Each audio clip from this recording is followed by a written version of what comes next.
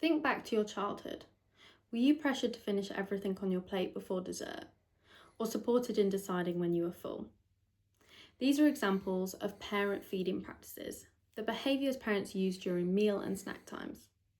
We now know quite a lot about these practices. The most effective tend to be structured and supportive. For example, modelling healthy eating or involving children in preparing meals, but there are also controlling practices, such as pressuring children to eat. And these are linked to more negative child eating outcomes. So what do we mean by negative eating outcomes? Around 22% of preschool children are what we call avid eaters. These are children who may overeat and eat in response to emotions. And importantly, avid eating is linked to childhood overweight and obesity. Now, avid eating doesn't just happen for one reason. A child's eating behaviour is part of a much bigger picture, the ecological model. This places the child at the centre, surrounded by the parent, the household, and socio-economic factors, all interacting with each other. Currently, we understand what to feed children and how to feed them, but we understand far less about the parent and household context behind these behaviours. To explore this, I worked with parents of children aged 3 to 5 years in the UK and Australia.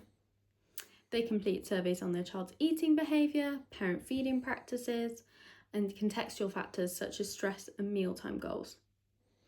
The feeding practice data was analysed using a person-centred approach to identify patterns, recognising that parents typically use multiple strategies in combination rather than a single practice. This allowed me to identify 3 different types of parents: those who were more controlling, those who were more structured and supportive, and those who used a mixture of practices. This revealed a protective effect. Parents with higher well-being, lower stress, and healthy mealtime goals were more likely to be in a structured and supportive profile. And this reduced the likelihood of their child being in an avid eating profile. My research therefore highlights important avenues to reduce avid eating early in life. This is a critical priority, as obesity is projected to cost $4.32 trillion globally by 2035. Prevention then isn't just better, it's essential.